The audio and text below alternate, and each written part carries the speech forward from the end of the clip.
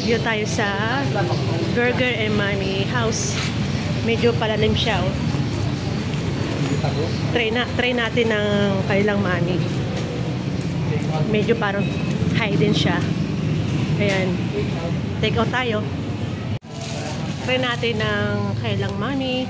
Meron silang regular mami, 25 pesos and 40 pesos special mami. At yung super mami, ayan, 60 pesos. For only 60 pesos. Ayan. Meron silang upuan doon sa pinakaloob.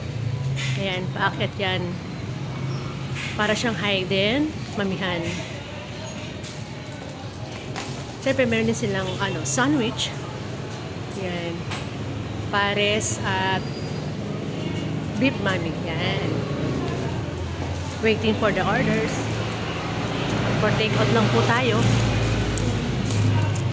Yung 60 pesos namin, binibilang pa namin kung aabot ba.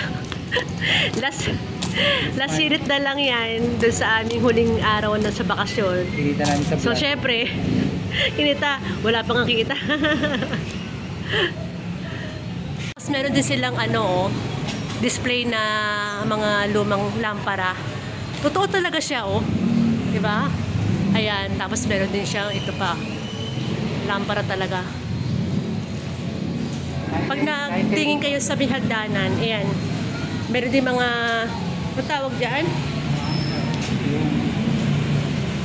Yung dating laligayan ng mga tubig nung araw. Ayan, oo. Parang nasa bukid. Ayan. Yung panghukay ng sa lupa. Ayan, o. Kapag pang-araro. Ayan. Yun naman ginagamit nila. Tapos yung lubatya, nakakatuwa, diba? Lubatya rin sila. Yung mga motor. Tapos meron din vintage na motor.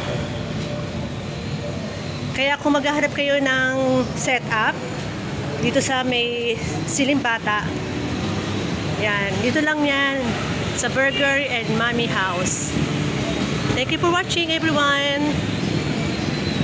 So, nakakatuwa sa kanila, yung setup nila ay paan ng makina, oh, ito nyo, oh, makaluma.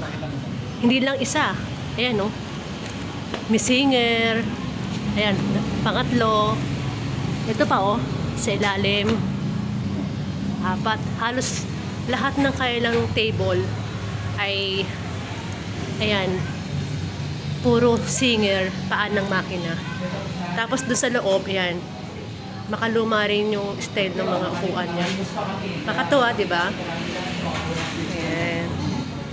Ayan, pauwi na kami. Bye-bye!